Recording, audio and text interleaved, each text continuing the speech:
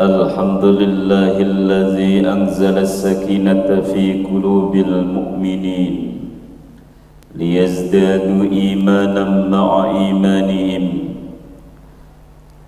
أشهد أن لا إله إلا الله وحده لا شريك له الملك الحق المبين، وأشهد أن سيدنا ونبينا محمدا عبده ورسوله الصادق الوعد الأمين. اللهم فصل وسلم وبارك على سيدنا محمد صلى الله عليه وسلم وعلى آله وأصحابه أجمعين. أما بعد، فقد قال الله تعالى في القرآن الكريم وهو أصدق القائلين: أعوذ بالله من الشيطان الرجيم، بسم الله الرحمن الرحيم. وسارعوا إلى مغفرة من ربكم وسارعوا إلى مغفرة. وقال تعالى: أعوذ بالله من الشيطان الرجيم، بسم الله الرحمن الرحيم. يا أيها الذين آمنوا اتقوا الله حق تقاته ولا تموتن إلا وأنتم مسلمون. وقال نبينا محمد صلى الله عليه وسلم: من سلك طريقا يلتمس فيه علما سهل الله له طريقا إلى الجنة. صدق الله العظيم وصدق رسول الحبيب الكريم، ونحن على ذلك من الشاهدين والشاكرين، والحمد لله رب العالمين. Hadratil Mukarramin, segenap pengurus DKM Masjid Raya Asmaul Husna, dan juga para jamaah sholat subuh dan kajian subuh yang mudah-mudahan senantiasa dalam lindungan Allah Subhanahu wa Ta'ala. Senantiasa Allah berikan kesehatan, Allah berikan kemuliaan, dan mudah-mudahan Allah wafatkan kita dalam keadaan husnul khatimah. Amin ya Allah ya Rabbal Alamin. Bi ikhtisaril kalam, baik, akan kita mulai kajian kitab Ittihaful Muhibbin bagian ketiga, yang insyaallah kali ini akan membahas tema Qiraatul Fatihah wa ma'aniha wa sifatiha. Masalah atau temanya adalah tentang bacaan surat Fatihah, arti dari surat Fatihah, dan sifat daripada surat Fatihah.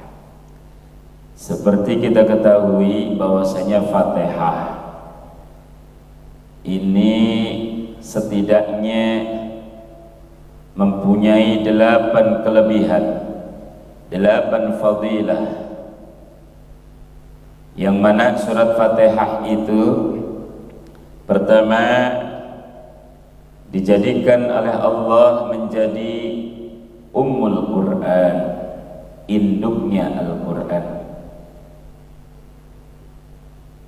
Artinya Al-Quran yang berjumlah 30 juz, 114 surat, 6.666 ayat,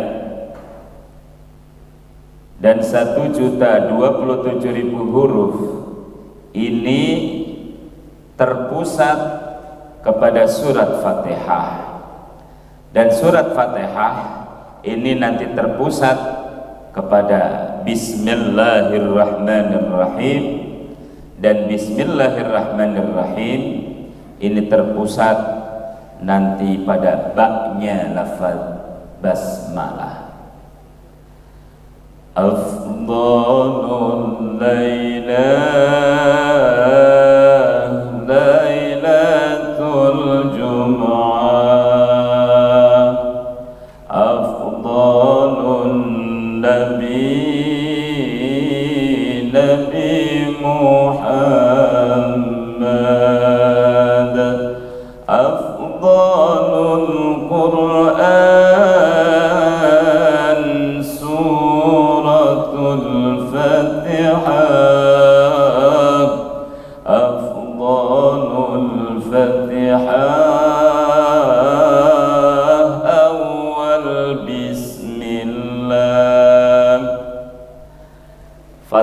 juga fadilahnya adalah merupakan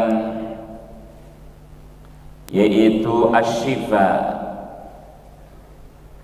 yaitu sebagai penyembuh daripada penyakit-penyakit zahir maupun penyakit-penyakit batin. Kemudian Fatihah juga sering digunakan sebagai surat ruqyah untuk meruqyah, menjauhkan diri kita dari gangguan sihir dan juga gangguan syaitan ataupun jin. Kemudian Fatihah juga ini merupakan surat tadi yang banyak namanya, banyak penyebutannya. Karena surat Fatihah disebut juga sebagai sab'am minal mazani atau sab'ul mazani, 7 ayat yang diulang-ulang. Artinya 7 ayat yang diulang-ulang. Ini surat Fatihah seringkali digunakan dalam setiap momen dan juga kesempatan, terutama ketika kita dalam melaksanakan sholat, maka surat Fatihah adalah merupakan salah satu ruknun min arkanis sholah, rukun daripada rukun-rukun sholat. Dan berbicara rukun sholat, khususnya Fatihah, hendaknya kita memperbaiki daripada bacaan Fatihah kita sedini mungkin. Setiap kali kita ada kesempatan untuk tahsinul Fatihah ataupun kita talaqi kepada guru ngaji yang mumpuni di dalam bidangnya, maka hendaknya kita lakukan itu. Karena dalam keterangan dalam kitab Fathul Mu'in, man lam yaqra bi Fatihatil kitab lam tasihha salatuhu. Barang siapa yang belum mampu membaca surat Fatihah dengan baik, maka Fatihahnya tidak sah, salatnya tidak sah. Jikalau kita diberikan kesempatan untuk memperbaiki Fatihah kita, tetapi kalau memang kita tidak punya kesempatan itu, dimisalkan kita baru masuk Islam sehingga belum mampu memperbaiki Fatihah kita, maka ada ibaratnya dispensasi, ya, ada ibaratnya ampunan dari Allah Subhanahu wa ta'ala.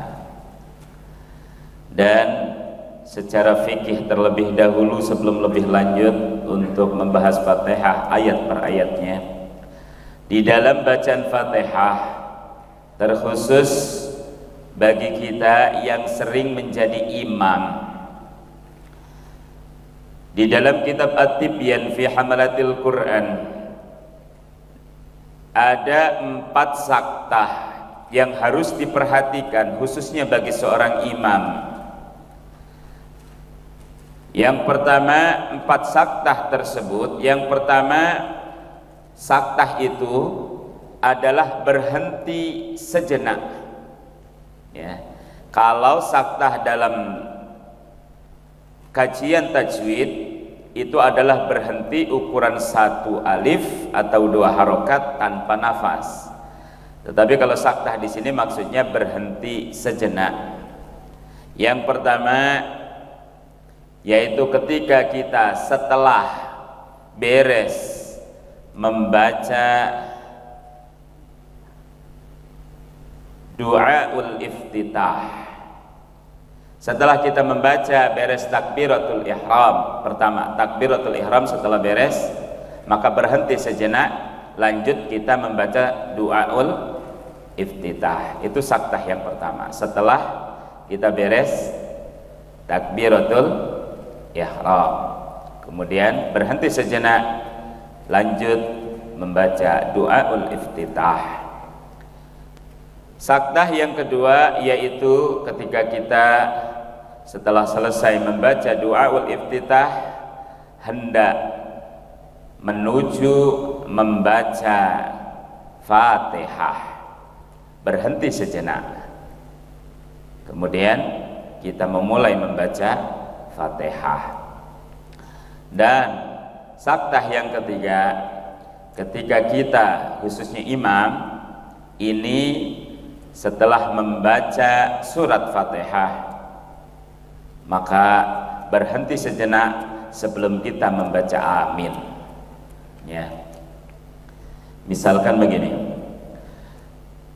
Shiratal ladzina an'amta 'alaihim ghairil maghdubi 'alaihim waladdallin.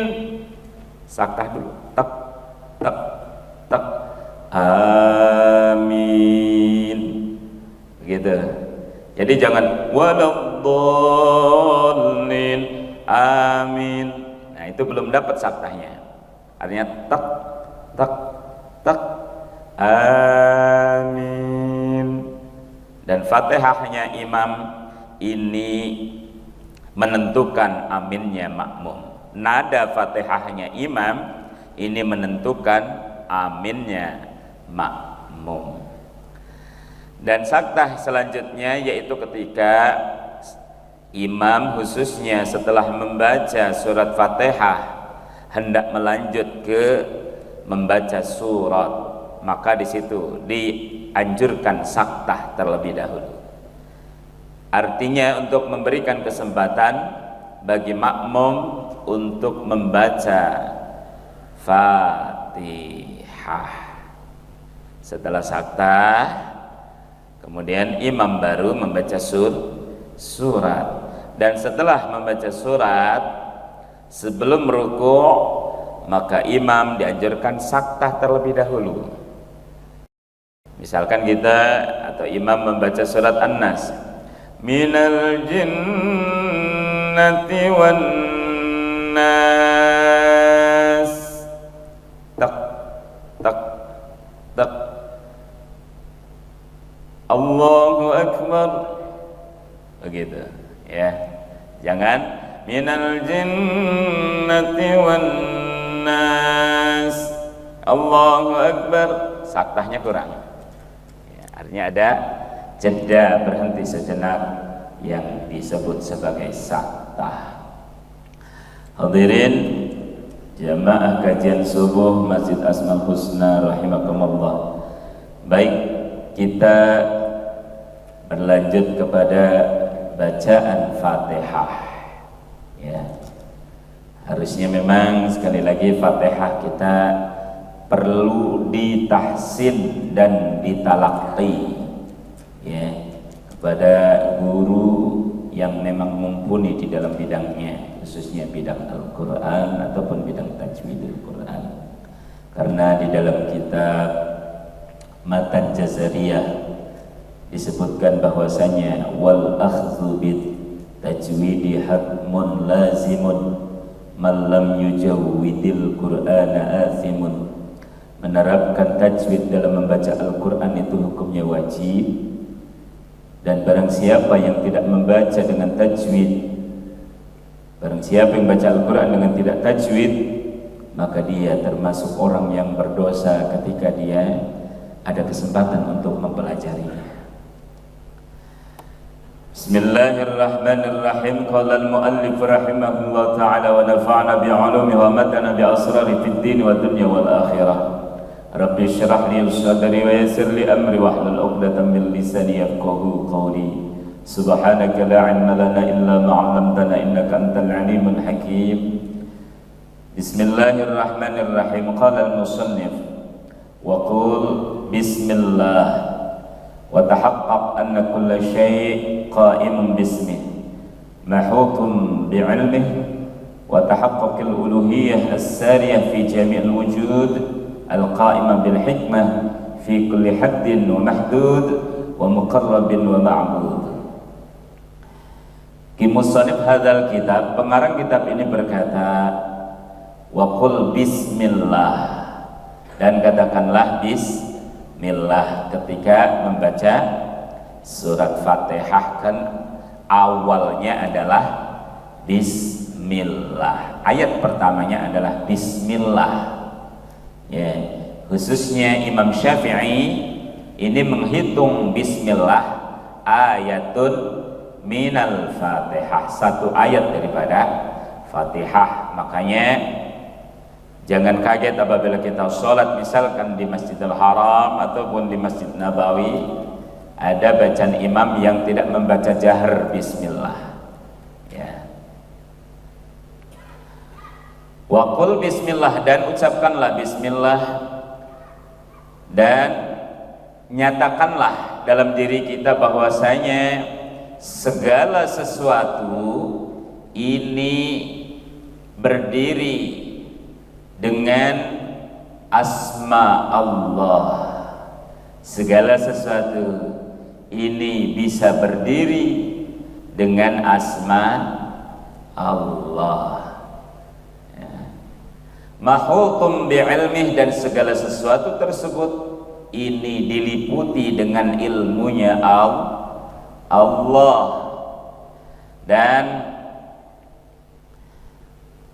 pentahkikan dari sifat ketuhanan Allah yang menjalar dalam segala wujud yang ada di alam semesta ini berdiri dengan hikmah, ya.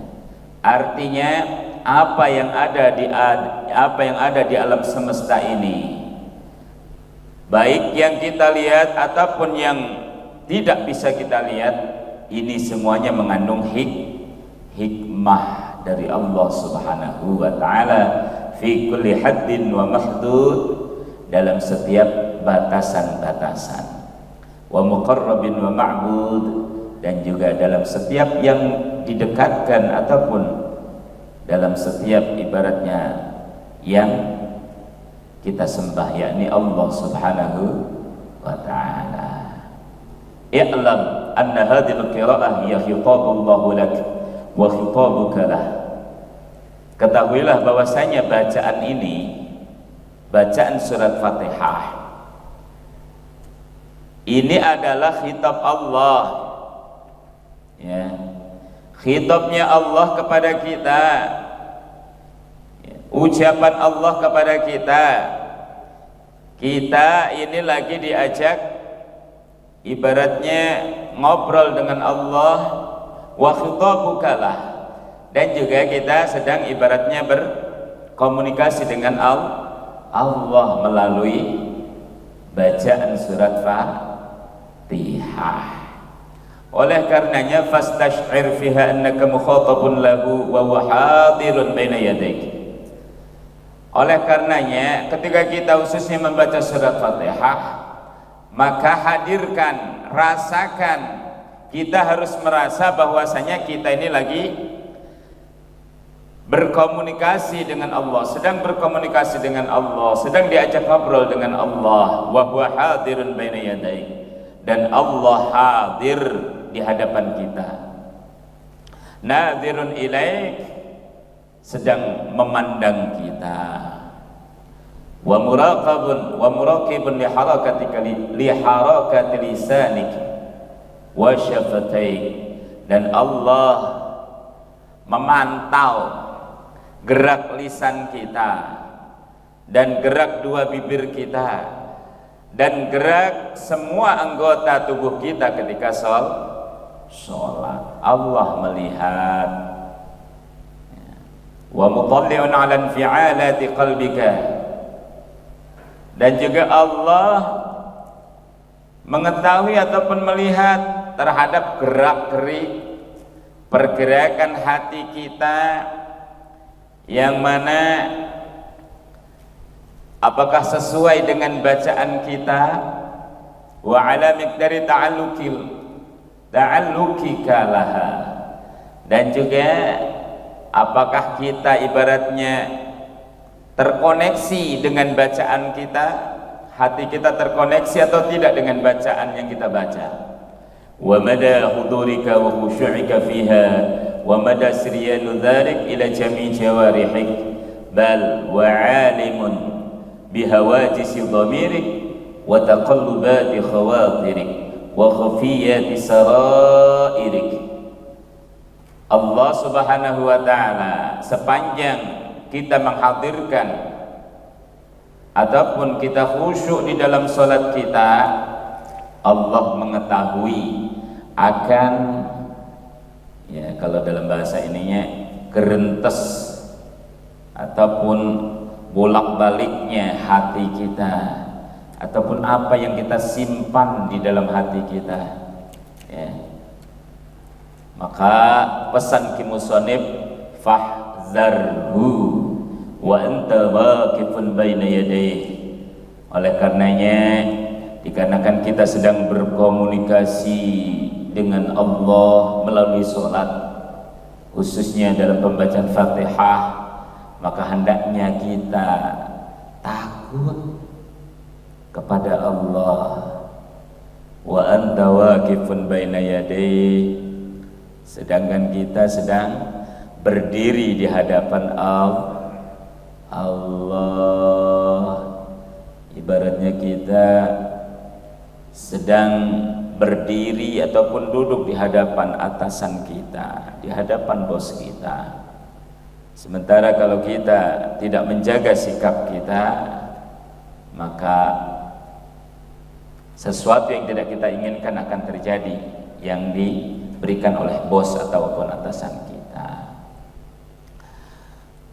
Sebagaimana ada ayat dalam surat Thaha ayat ke-7, A'udzu billahi minasyaitonir rajim, fa innahu ya'lamus sirra wa akhfa. Maka sesungguhnya Allah dat yang Maha mengetahui akan perkara sirri, ya, wa akhfa, dan perkara samar, khususnya yang ada dalam hati kita. Apa yang terlintas di dalam hati kita, Allah Subhanahu wa ta'ala Maha mengetahui. Wa ya'lamu kha'inatal a'yun wa ma tukhfis sudur, surat Ghafir ayat 19. Dan Allah mengetahui kha'inatal a'yun, apa yang dilirik atau disimpan oleh pandangan kita, ya, karena ibaratnya pandangan kita, ya, ini mempunyai banyak rahasia, ya. Makanya orang yang bisa membaca pandangan mata seseorang berarti luar biasa, ya, karena ini mata ini bahasa kitanya banyak, mempunyai rahasia dan juga tipuan. Wa ma tukhfis sudur, dan juga Allah Maha mengetahui apa yang disimpan di dalam hati manusia. Wa'lam annahu laysa lil mar'i min salati illa ma 'aqala biha, illa ma 'aqala minha wa hadara qalbahu fiha fa'aqbil 'alaih bi kulliyatik. Dan ketahuilah bahwasanya tidak ada bagi seseorang dalam sholatnya kecuali apa yang ia angan-angankan. Nilai dari sholat kita ini tergantung apa yang kita pikirkan. Illa ma'aqala minha, dan apa yang dihadirkan oleh hati kita. Oleh karenanya fa'aqbil alaih bi kulliyatik. Oleh karenanya perintahnya adalah hadapkan badan kita, jasad kita, dan hati kita bi kulliyatik, dengan keseluruhan, dengan total. Jiwa dan raga kita, jasad dan hati kita, kita hadapkan kepada Allah Subhanahu wa ta'ala. Jangan sampai ketika badan kita menghadap Allah tetapi hati kita masih menghadap kepada selain Allah. Fa inna iqbal Allah 'ala al-'abdi fi sholati 'ala hasab iqbal al-'abdi 'ala Allah. Maka sesungguhnya menghadapnya Allah kepada manusia di dalam salatnya itu sekira-kira atau seukuran menghadapnya hamba tersebut kepada Allah. Artinya kalau hati kita menghadap Allah dengan keseluruhan, dengan total, dengan khusyuk, maka otomatis Allah pun memandang dengan pandangan penuh rahmat ampunan, memperhatikan, menghadap hamba tersebut. Masya Allah. Qala al-Hakim at-Tirmidzi fas-sadiquna iqbaluhum fi salatihim ala af'ali as-salah wa ala tilawatihim wa tasabihihim. Orang yang shadiq, nih ada shadiq, nanti ada siddiq. Nah, ini ada perbedaan, ada shadiq, ada siddiq. Ya. Makanya sahabat Abu Bakar diberi julukan Abu Bakar As-Siddiq. Selain makna ini, Abu Bakar As-Siddiq diberi gelar As-Siddiq karena selalu membenarkan apa yang diucapkan oleh Nabi di saat orang-orang kafir tidak mempercayai apa yang diucapkan oleh Nabi, khususnya ketika peristiwa Isra wal Mi'raj Nabi besar Muhammad sallallahu alaihi wasallam, ketika Rasulullah baru pulang atau baru selesai, ketika menjelang subuh, kemudian bercerita di hadapan orang-orang kafir Mekah, ditentang dengan habis-habisan karena dianggap Kanjeng Nabi itu pembohong, Kanjeng Nabi itu pendusta. Anta kadzab ya Muhammad, ya kata orang-orang kafir Mekah. Tetapi Abu Bakar As-Siddiq menjawab dengan lantang, saya mempercayai apa yang diucapkan oleh Nabi Muhammad, bahkan lebih dari itu saya percaya. Ya, itu ucapan Abu Bakar As-Siddiq.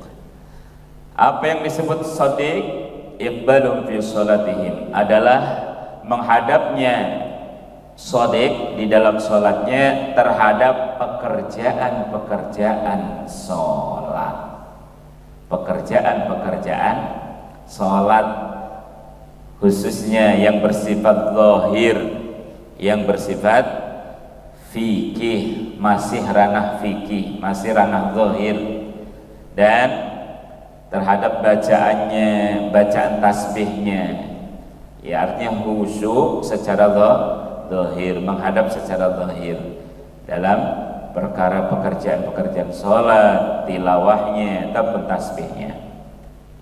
Tetapi yang dinamakan siddiq, was-siddiqun iqbaluhum ala ma'anil af'al wa ma'anil tilawah wat tasabih wat tahamid, wa khassat Allah min as-siddiqin iqbaluhum ala khaliqihim.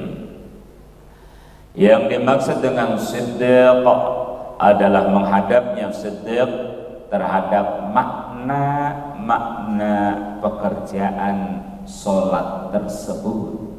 Nih, dalam makna ataupun arti ya daripada pekerjaan sholatnya, dan makna daripada tilawah. Dari tilawah misalkan bacaan Fatihah kita ya dihayati, diresapi, kemudian dalam bacaan tasbih kita, dalam bacaan tahmidnya, dan khususnya lagi orang yang siddiq ini menghadap kepada Allah, menghadap kepada Sang Pencipta. Tsumma iqbalullah alaihi min haitsu yaqbalul abdu alaihi, sebagaimana menghadapnya Allah kepada seorang hamba sekiranya hamba tersebut menghadap Allah Subhanahu wa ta'ala. Wa qala Hujjatul Islam Al-Ghazali fil Ihya, Hujjatul Islam. Nah, ini gelar yang luar biasa yang disematkan kepada Imam Al-Ghazali. salah satunya sang pengarang kitab Ihya berjumlah 4 jilid di dalam menjelaskan tingkah manusia di dalam membaca, khususnya membaca Fatihah. Ada 3 ciri manusia atau kriteria manusia di dalam membaca, khususnya dalam bacaan Fatihah.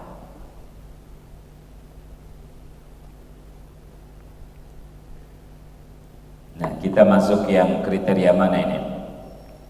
Kata Imam Al-Ghazali, an-nas fil qira'ah thalatha. Manusia di dalam bacaan sholatnya, terutama dalam membaca Fatihah, ini ada 3. Pertama, rajulun yataharraku lisanahu wa qalbahu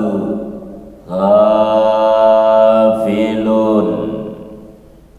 Kriteria manusia pertama di dalam membaca, ya, dalam baca-bacaan dalam sholatnya, terutama Fatihah, yang mana sekedar menggerakkan lisannya, wa qalbuhu ghafilun, wa qalbuhu ghafilun, sedangkan hatinya lalai. Lisannya bergerak membaca Fatihah, tetapi hatinya lalai. Kemudian kriteria manusia yang kedua, wa rajulun yataharraku lisanahu wa qalbuhu yajma'ul lisan fayafhamu wa yasma'u minhu ka'annahu yasma'uhu min ghairihi wa hiya darajat ashabil yamin. Yang kedua adalah kriteria manusia ataupun laki-laki yang menggerakkan lisannya bergerak membaca Fatihah, wa qalbuhu yatba'un lisan, dan hatinya mengikuti lisan yang sedang membaca Fatihah. Hatinya mengikuti lisan yang sedang membaca Fatihah, mengikuti artinya. Kemudian dia paham tentang arti bacaannya. Kemudian mampu mendengar seolah-olah dia mendengar bacaan tersebut dari orang lain. Dan kriteria manusia yang semodel ini adalah yang mempunyai derajat ashabul yamin, ya, yang telah dijelaskan tadi. Lisannya bergerak membaca Fatihah, hatinya mengikuti makna daripada bacaannya. Wa rajulun yasbiqu atau yusbiqu qalbahu ilal ma'ani awalan thumma yukhdimul lisan al-qalba fayatarjumahu atau fayatarjamuhu. Nah, kriteria manusia yang ketiga adalah manusia yang hatinya sudah terlebih dahulu yaitu memahami daripada bacaan yang akan dibaca. Kriteria manusia yang ketiga adalah manusia yang hatinya sudah terlebih dahulu memahami, mengerti, dan terisi oleh bacaan yang akan dibaca. Jadi sudah arti dari bacaan yang akan dibaca sudah masuk terlebih dahulu, ya. Sudah paham terlebih dahulu, sudah khusyuk terlebih dahulu. Tsumma yukhaddimul lisan al-qalba. Nah, kemudian lisan ini ibaratnya, kalau khodim itu artinya pembantu, ya. Lisan ini ibaratnya nurut dengan perintah hati. Jadi hatinya yang mengendalikan di lisan. Kalau yang derajat yang ashabul yamin, lisan yang mengendalikan hati. Artinya setelah dibaca, kemudian hati mengikuti arti daripada yang kita baca, yang lisan baca. Tetapi kalau derajat yang ketiga atau kriteria manusia yang ketiga, ini hati yang mengatur daripada lisan, ya, sehingga apa yang dibaca oleh lisan ini atas kehendak hati yang sudah diisi oleh arti dan makna-makna bacaan, khususnya surat Fatihah terlebih dahulu sebelum dibaca. Fafarriq baina ayyakuna lisan tarjumanul qalb. Maka bedakanlah, ya, di antara pemahaman bahwasanya lisan itu adalah penerjemah hati, au yakunu muallimal qalb, ataupun lisan itu adalah gurunya hati. Ya, beda, makanya dalam pembahasan ini beda. Wal muqarrabun lisanuhum tarjuman yatba'ul qalb. Orang-orang muqarrab, orang-orang yang dekat dengan Allah, ya, lisannya itu adalah penterjemah, yang mana lisannya ini mengikuti apa yang diucapkan hati, ya, bukan hati yang mengikuti lisan, tetapi lisannya diatur oleh hati yang sudah dipenuhi kedekatannya dengan Allah Subhanahu wa ta'ala. Wala yatsba'ul qalb, dan juga ibaratnya tidak mengikuti kepada qalb, artinya hati yang mengatur daripada gerak-gerik daripada lisan seseorang. Wa hadza tsalits huwa madarul kalam fil kitab. Dan kriteria manusia yang ketiga inilah adalah yang menjadi pokok pembahasan dalam kitab ini.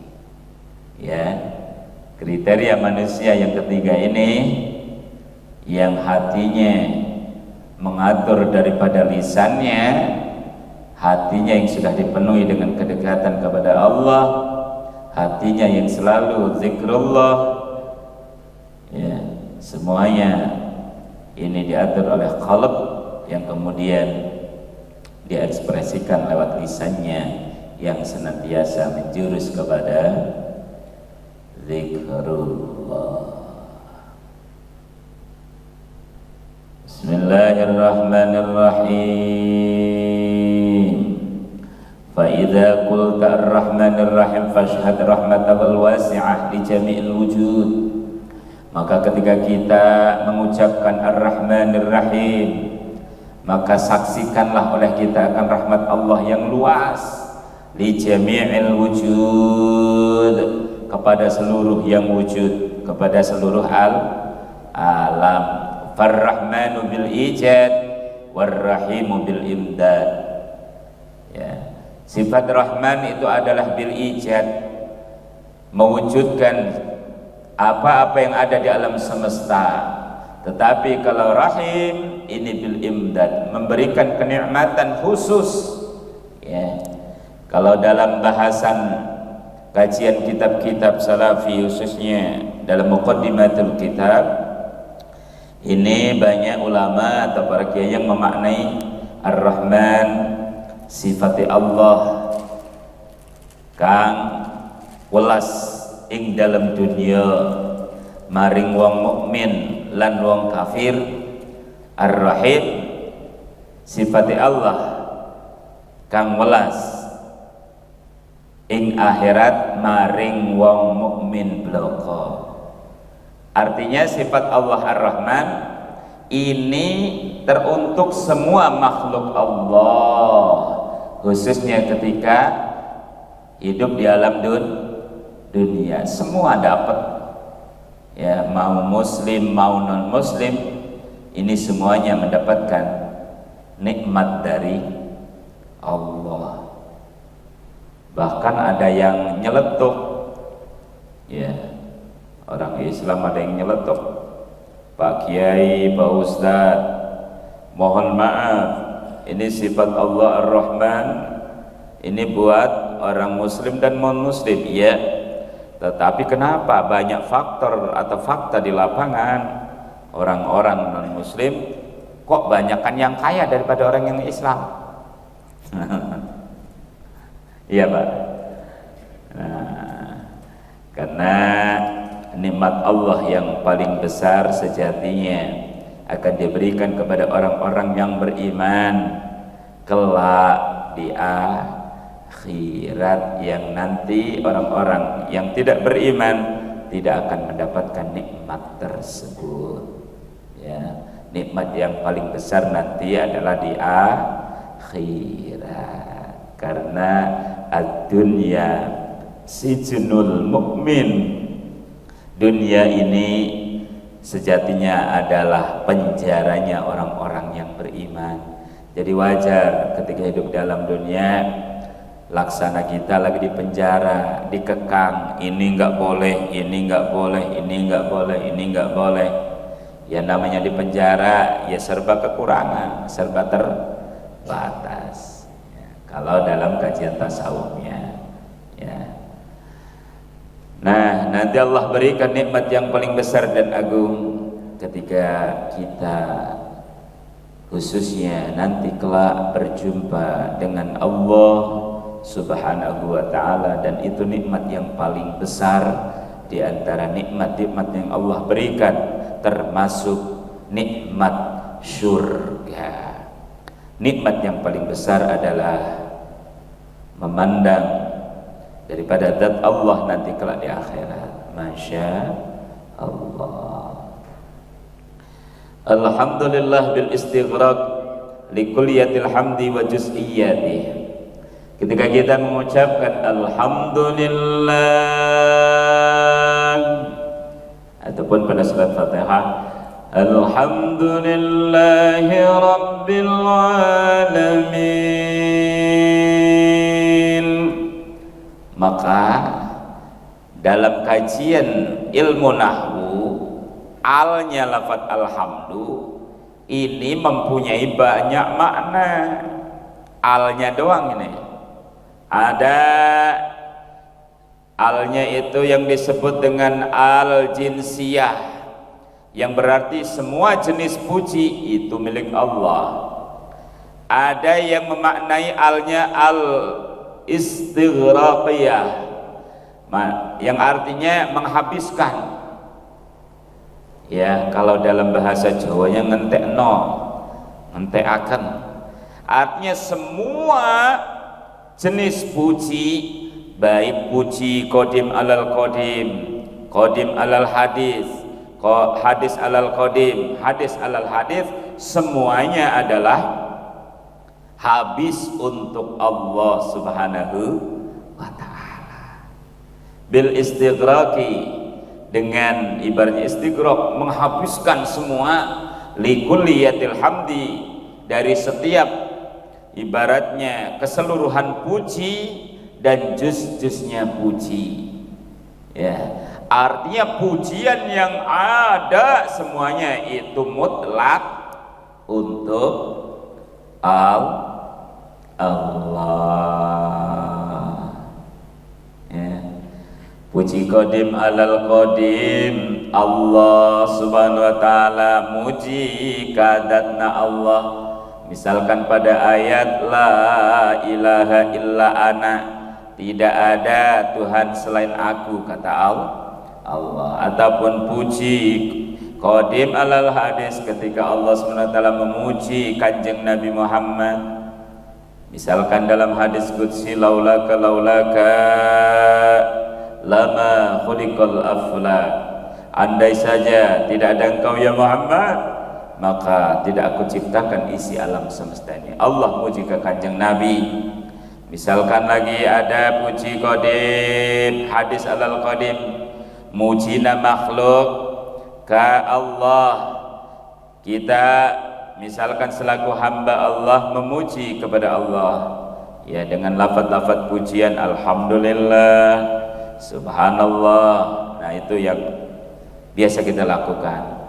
Ataupun puji hadis alal hadis, mujina makhluk kepada makhluk.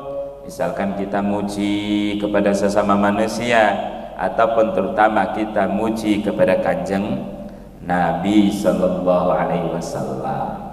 Dan itu semua puji yang 4 tadi itu habis semuanya mutlak untuk Allah subhanahu wa ta'ala ya. Oleh karenanya mari dalam teks kitab ini mustaqdiran annaka naibun anil wujud fi muqabalati hadzal jud, kita harusnya menghadirkan bahwasanya kita ini adalah naib ya anil wujud fi muqabalati hadzal jud. Kita diciptakan oleh Allah Subhanahu wa ta'ala, id ja'alakal wasithah fi ijadi kulli mawjud wa imdadi kulli mamdud li'annaka sirrul wujud fa'rif qadra sun'atika wa 'azzim sani'aka. Oleh karenanya dikarenakan kita dijadikan oleh Allah fi ijadi kulli mawjud ya dalam penciptaan isi alam semesta ini, dan juga dikarenakan atas nikmat Allah li'annaka sirrul wujud, dikarenakan ibaratnya kita ini adalah sirrul wujud ya.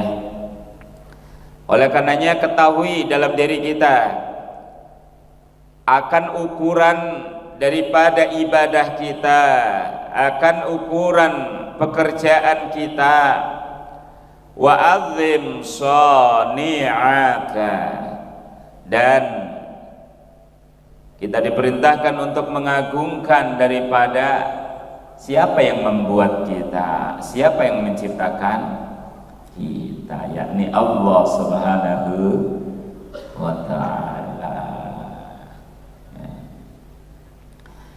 Bismillahirrahmanirrahim.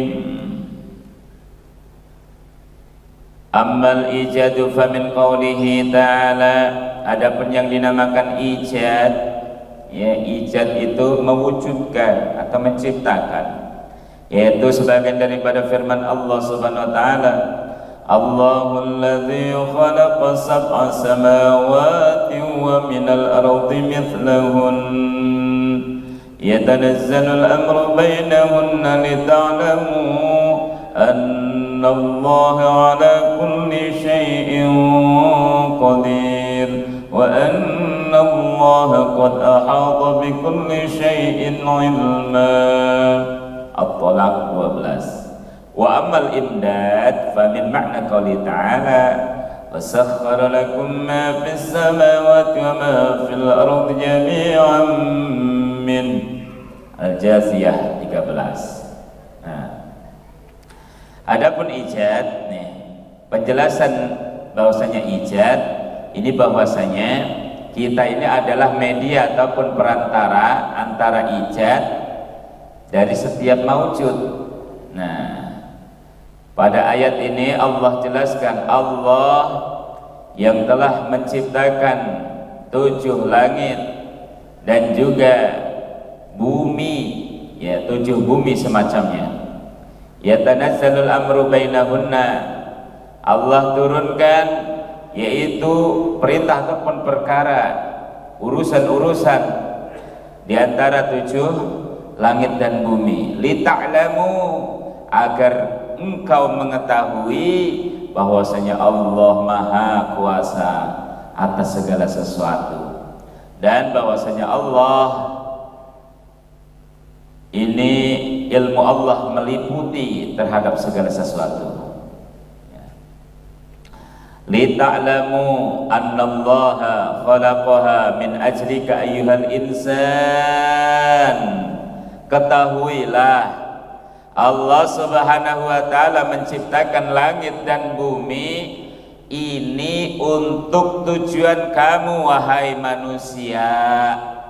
Allah menciptakan alam semesta ini tujuannya buat kita manusia. Karena kita manusia khalifatullah fil ardh, khalifah Allah di muka bumi. Wadzalika liyudhhira laka fiha kamala qudrati wa ihatata ilmihi. Oleh karenanya patut kita menampakkan ataupun kita merasa dalam diri kita akan kesempurnaan kekuasaan Allah dan juga kesempurnaan daripada ilmu Allah. Fa'anta idnul wasitah fi ijadiha wa tilkal mawjudat matiyatul laka lil wusul ila Allah subhanahu wa ta'ala. Fanzur ayyuhal insan kaifa irtafa'ta makanataka indallah wa syarrafaka bihadha syarafil azim fastahdir dzalika liyaqa'al hamdu minka lahu mawqi'ah. Maka oleh karenanya sepatutnya kita selaku hamba Allah, ketika Allah menciptakan langit dan bumi untuk tujuan kita manusia, pikirkan ya, dan angan-angani wahai manusia, bagaimana engkau bisa naik derajatmu, menaikkan posisimu di sisi Allah Subhanahu wa ta'ala, wa syarrafaka bihadha syarafil azim, dan menaikkan kemuliaanmu di sisi dat yang maha mulia ya. Wa ammal imdad ay bayanu annaka alwasitatu fi imdadi kulli mamdud minal mawjudat fa mustafadun bi ma'na qoulihi ta'ala وَسَخَّرَ لَكُم مَّا فِي السَّمَاوَاتِ وَمَا فِي الْأَرْضِ جَمِيعًا مِّنْهُ. Ayat ini menunjukkan ya, menunjukkan terhadap sesuatu yang Allah ciptakan yang bersifat banyak. Wa taskhir sauqu syai'i lil ghad al-mukhtas bihi qahran. Yang dinamakan taskhir, ya taskhir itu adalah menundukkan. Itu adalah penggiringan sesuatu terhadap tujuan yang telah ditentukan secara paksa ya. Langsung ke intinya.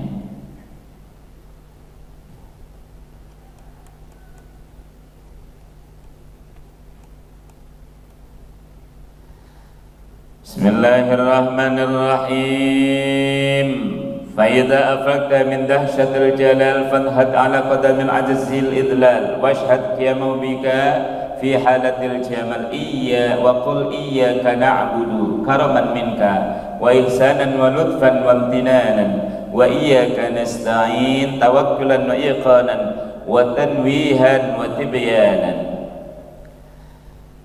Dalam ayat ini kenapa Allah Subhanahu wa taala mengawali atau lebih mendahulukan na'budu daripada nasta'in, yang artinya iyyaka na'budu, kepadamulah kami beribadah dan kepadamulah kami meminta pertolongan. Artinya kita diperintahkan untuk beribadah terlebih dahulu, kemudian baru kita meminta pertolongan. Kita berdoa, jangan dibalik kita doa aja, ibadah kagak.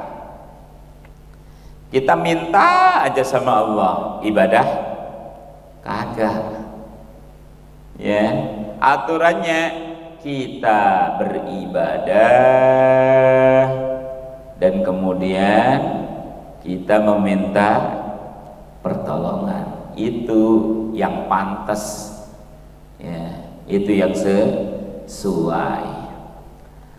Dan pada lafaz ini iyyaka na'budu ini adalah mempunyai arti dalam kajian ilmu balaghah adalah mempunyai arti hasr. Dengan artinya hasr itu ringkes, pengkhususan. Iyyaka, hanya padamu, padamu ya Allah. Dan di sini diberikan tasydid, lafaz iyyaka diberikan tasydid. Ini menjadi ciri khusus bahwasanya tasydid di sini hanya padamu ya Allah. Ketika kita membaca lafaz iyyaka tetapi dengan meninggalkan tasydid, maka awas, artinya bukan kita menyembah Allah tetapi menyembah kepada selain Allah. Khususnya ketika kita menghilangkan tasydid dalam bacaan kita, tasydid iyyaka, maka kita bukan menyembah kepada Allah tetapi menyembah kepada sinar atau sorot matahari yang baru terbit. Masya Allah. Makanya perlu sekali lagi mentahsin bacaan Fatihah kita. Iyyaka na'budu, hanya kepadamulah kami beribadah. Artinya kalau sesuai urutan grammar atau tata bahasa kan, kami menyembah kepadamu, fi'il, fa'il, maf'ul.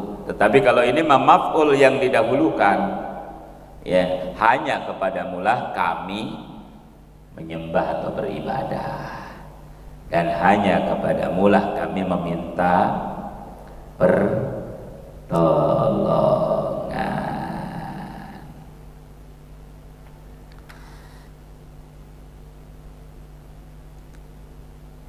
Ihdinas siratal mustaqim. Ya Allah, tunjukkanlah kami jalan yang lurus. Jalan yang lurus di sini diartikan bisa fas'alhu bihi kamalal istiqamah. Kita minta kesempurnaan istiqamah, ya. Kita meminta jalan yang lurus, ini adalah kesempurnaan istiqamah. Karena al-istiqamah khairun min alfi karamah. Apa istiqamah? Istiqamah itu lebih baik daripada 1000 keramat. Apa istiqamah? Fal istiqamah hiya qiyamuka bihaqqi maulaka. Istiqamah itu adalah kamu siap sedia, berdiri siap untuk menunaikan hak-hak Tuhanmu. Kamu siap sedia, berdiri tegak untuk menunaikan hak-hak Tuhanmu, yakni Allah Subhanahu wa ta'ala. Itu namanya istiqamah. Al-istiqamah ainul karamah. Istiqamah itu adalah zatnya karamah, intinya karamah. Masya Allah. Wal istiqamah fi istilahi ahli haqiqah. Istiqamah dalam istilah ahli hakikat adalah al-wafa bil uhud kulliha wa mulazimati siratal mustaqim bi riayati hadit tawassuti fi kullil umur min at-ta'am wasyarab wal libas. Istiqamah menurut ahli hakikat adalah memenuhi janji-janji dan menetapi jalan yang lurus. Jalan yang lurus. Nah, ini jalan yang lurus. Tetapi kalau kita menjelaskan tentang sirat yang ada di akhirat, yang mana menjadi penentu, yaitu antara orang-orang yang mukmin dan kafir. Orang yang mukmin akan selamat melewati sirat, sedangkan orang yang kafir, ya, akan jatuh daripada sirat dan jatuh ke dalam neraka. Ini sirat penentunya. Maka jangan ditambahi dengan Ketika kita melewati jembatan Siratal Mustaqim, waduh, bukan itu maksudnya. Kalau sirat yang dimaksud pada proses lewatnya manusia, seluruh manusia ketika di akhirat, itu namanya cukup sirat, jangan ditambahi mustaqim ya, karena beda pembahasannya. Nah, kalau di sini Siratal Mustaqim adalah jalan yang lurus. Ya, istiqamah itu adalah memenuhi janji-janji dan menetapi ya pada jalan yang lurus dengan menjaga hadit tawassut. Had tawassut artinya batas-batas kenormalan, batas-batas ya sedang gitu. Sedang artinya tidak terlalu tinggi, tidak terlalu bawah, sedang-sedang baik gitu. Dalam setiap urusan berupa makanan, makannya sedang, nggak terlalu kenyang, nggak terlalu lapar. Kemudian minum, nggak terlalu banyak, nggak terlalu sedikit. Wal libas sedang, nggak terlalu mahal-mahal, nggak terlalu ibaratnya lusuh banget, sedang gitu. Dan dalam setiap urusan agama ataupun dunia, itu ciri daripada istiqomah ya.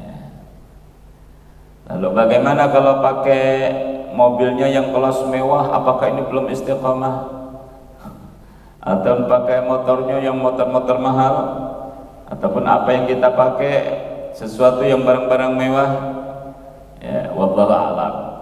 Yang pasti kalau bicara masalah dunia ya, jadikan dunia di tangan, jangan jadikan dunia di dalam hati. Karena kalau dunia sudah di hati, hati kita berat ketika ibaratnya dunia itu hilang ataupun kurang dari dalam diri kita. Tapi kalau di tangan, nggak masuk dalam hati, insya Allah badan dan hati kita bisa diajak ibadah kepada Allah. Dan dunia di tangan artinya ringan untuk mengeluarkan dunia tersebut. Karena dunia kalau sudah di tangan, nah ibarat kita memegang kerikil-kerikil kecil. Kalau dunia itu kita pegang erat, kalau kerikil tersebut kita pegang kuat di dalam genggaman tangan kita, ya pasti akan timbul sakit. Oleh karenanya ketika kita memegang dunia yang diibaratkan kerikil tadi, maka jangan terlalu kenceng, biasa saja megangnya. Kemudian kalau bisa sambil dibuka sedikit satu jari tuh, dengan sodaqoh, dengan infak, dengan zakat dan lain sebagainya. Maka jari kita tidak akan terasa sakit karena dibuka sedikit, ya.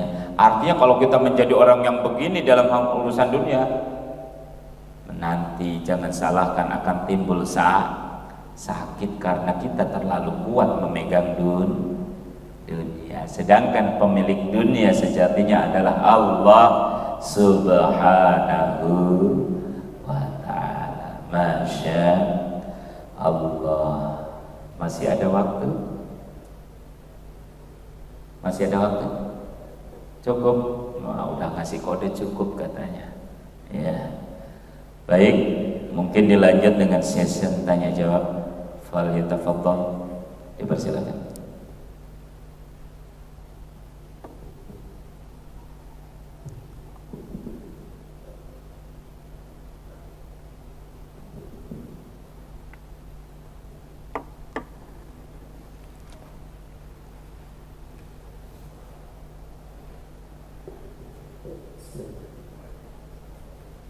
Assalamualaikum warahmatullahi wabarakatuh. Waalaikumsalam. Izin tanya mengenai saktah. Apa hukum 4 saktah yang saya jelaskan? Jika kita melakukan apa tidaknya? Lalu bagaimana jika saktah pada pengucapan amin makmum mendahului imam, apakah jadi membatalkan sholat? Terima kasih Ustaz. Ya, berbicara tentang saktah tadi di dalam kitab At-Tibyan fi Hamalatil Quran ada 4 posisi saktah, khususnya ketika tadi ya yaitu setelah baca surat doa iftitah, kemudian setelah beres baca surat Fatihah hendak menuju ke surat, dan kemudian setelah beres baca surat ada 4 posisi. Nah, itu sifatnya atau hukumnya sunnah ya, lebih ke adabul qiraah, adab membaca bacaan khususnya di dalam Fatihah, lebih ke etika bacaan atau adabul qiraah, dan hukumnya sunnah.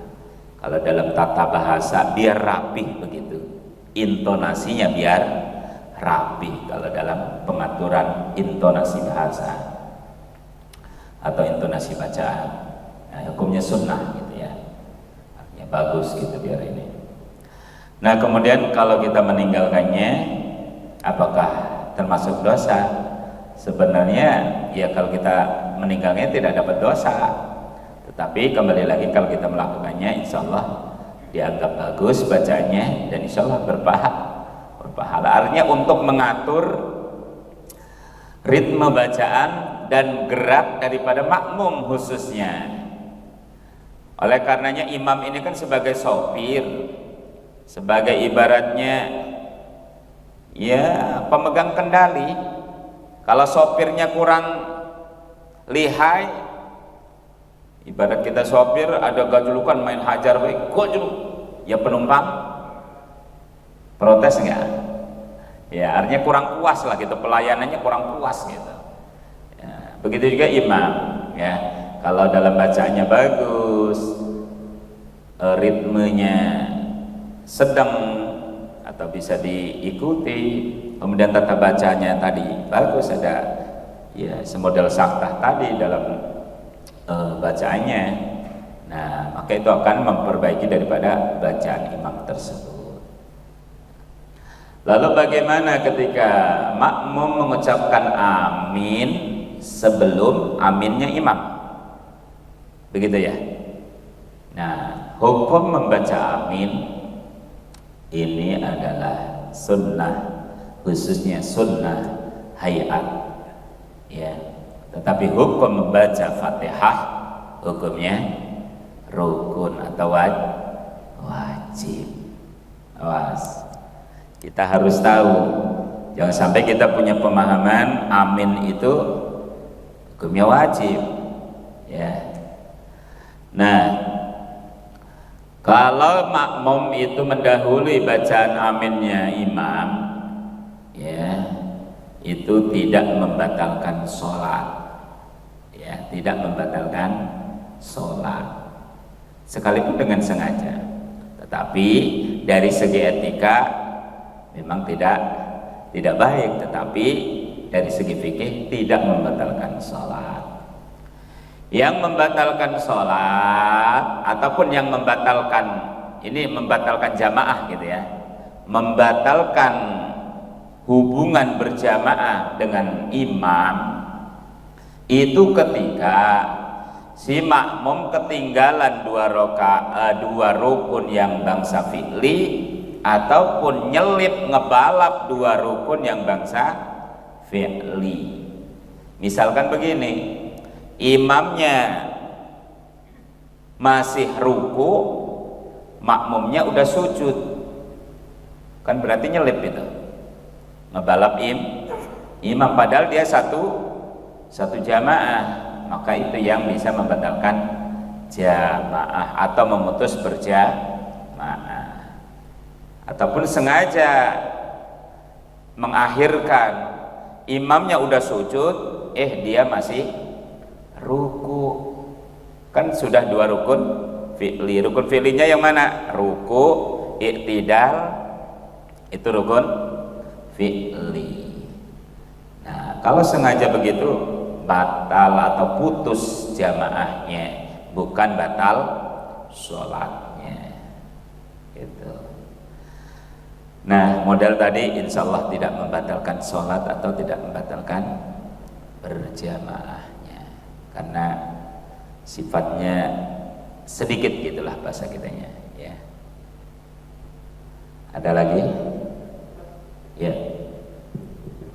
Terima kasih. Assalamualaikum warahmatullahi wabarakatuh. Waalaikumsalam. Terkait dengan baca Al-Fatihah dalam sholat, tadi disampaikan haruslah bacaan itu sesuai tajwid dan talqin. Kita tahu bahwa membaca Al-Fatihah ini banyak mendengar, bukan waktu yang singkat bisa membaca dengan baik dan benar. Kadang harus kita mendengar ada sampai tahunan atau bulanan. Nah, kita nih sekarang ini belum, ya artinya belajar dari kecil itu hanya dari kebiasaan dan lafal kita aja tentang kebenaran yang kita baca ini, kita juga masih ya boleh kata ragu benar atau tidak. Karena dalam sholat Al-Fatihah kita tadi sampaikan kita berkomunikasi dengan Allah, Dia melihat gerak kita, niat kita dan semuanya. Nah, dengan kekurangan kita dalam membaca Al-Fatihah dan kita dipantau oleh Allah, kebenaran kita membaca tidaknya, apakah itu akan bisa menggugurkan kita sholat kita? Karena Al-Fatihah merupakan rukun dalam sholat itu sendiri. Terima kasih.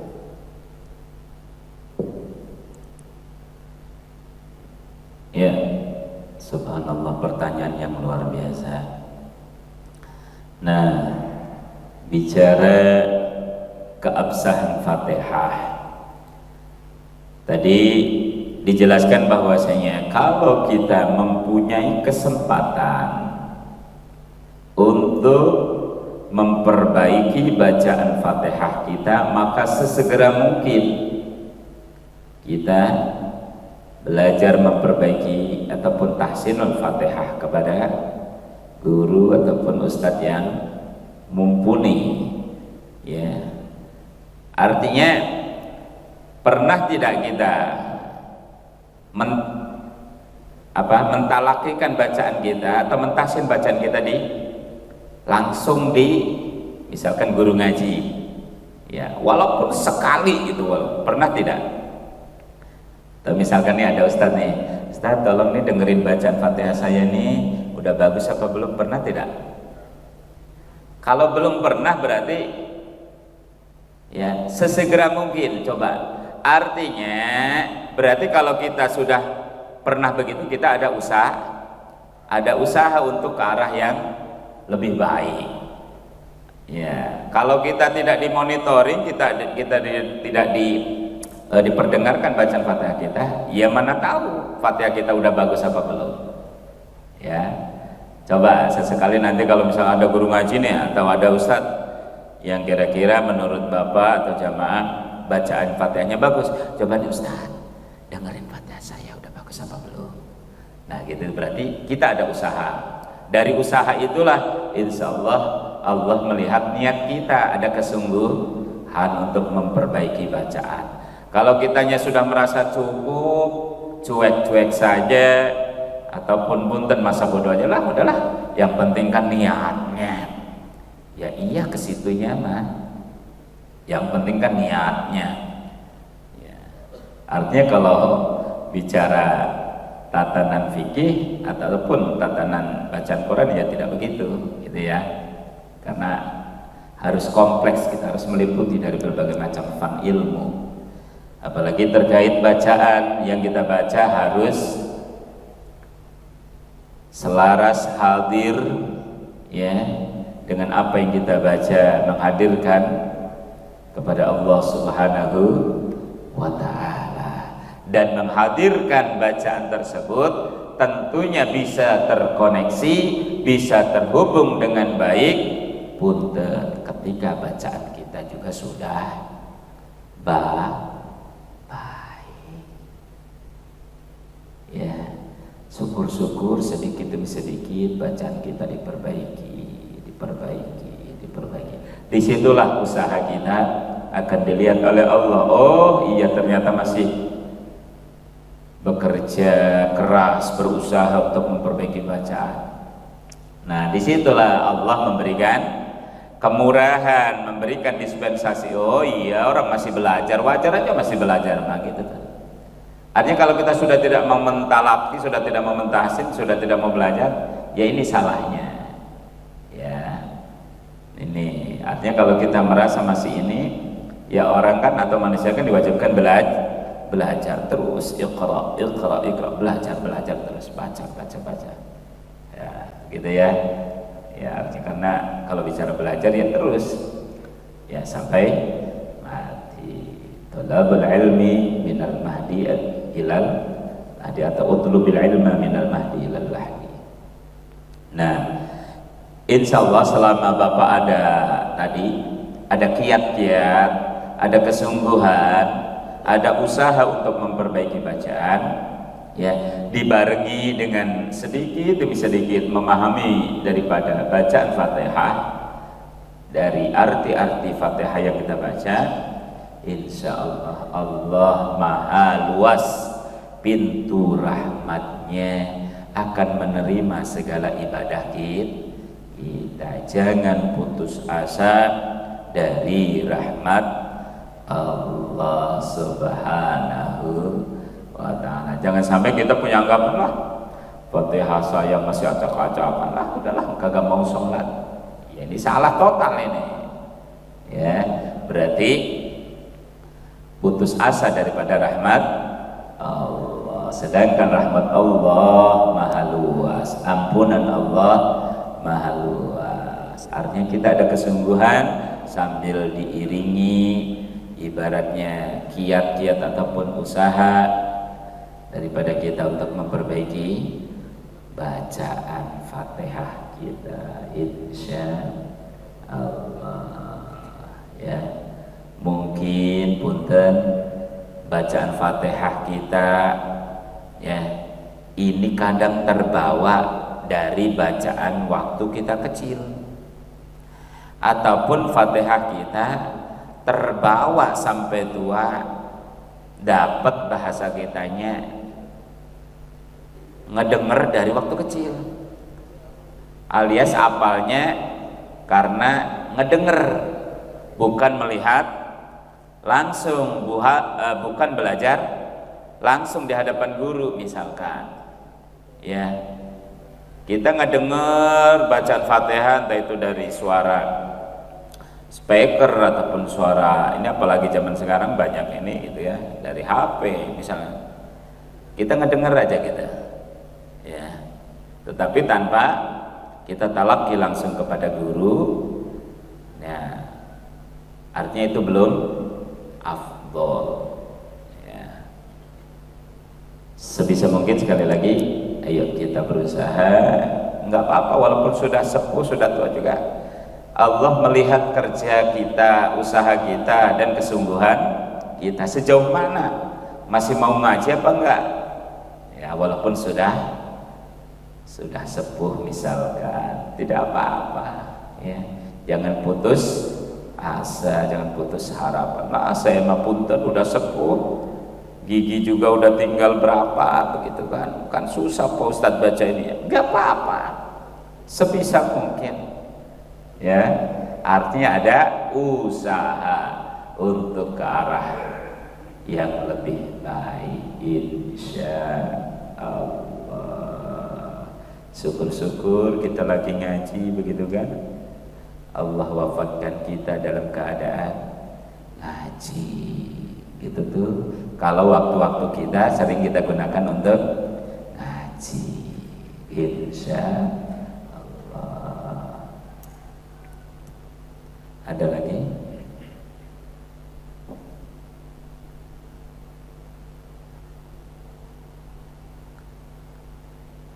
Ada lagi?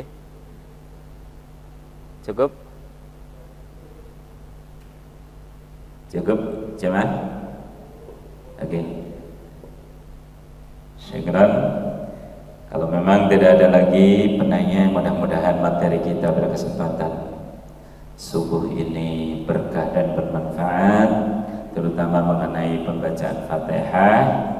Ya, mudah-mudahan sekali lagi Fatihah kita waktu demi waktu, hari demi hari, mudah-mudahan bisa kita perbaiki sehingga bacaan kita absah secara fikih, dan insya Allah kita bisa memahami sedikit demi sedikit daripada makna dan arti Fatihah, sehingga sholat kita ini sempurna dari segi fikih dan dari segi ibaratnya tasawufnya, dari segi khusyuknya, ya, dari segi hati kita, insya Allah, karena kita sudah mempelajari dan memahami baik dari segi qiraatnya ataupun dari segi maknanya, insya Allah.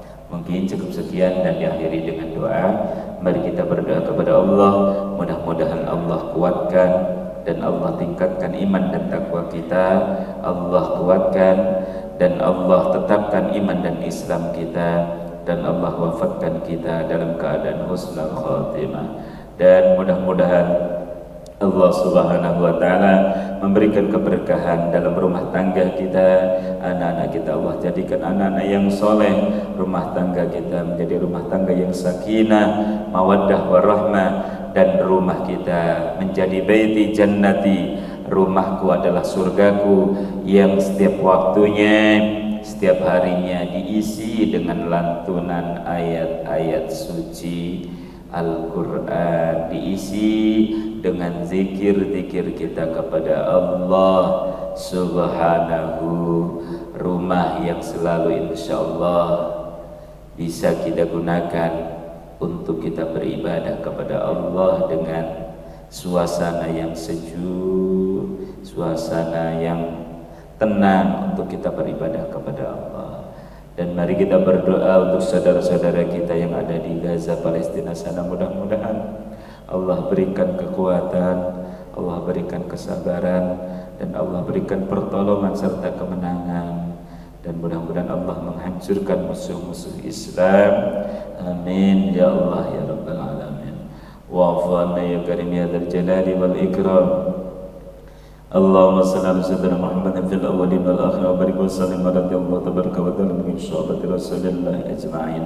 Amin amin wa ya mujib as-sa'ilin ya khairul masalin hamdan ya fi ni'amika bi mazida ya rabbana lakal hamdu lakal syukru kama yanbaghi li jalali wajhikal karim wa 'azimi sultanik.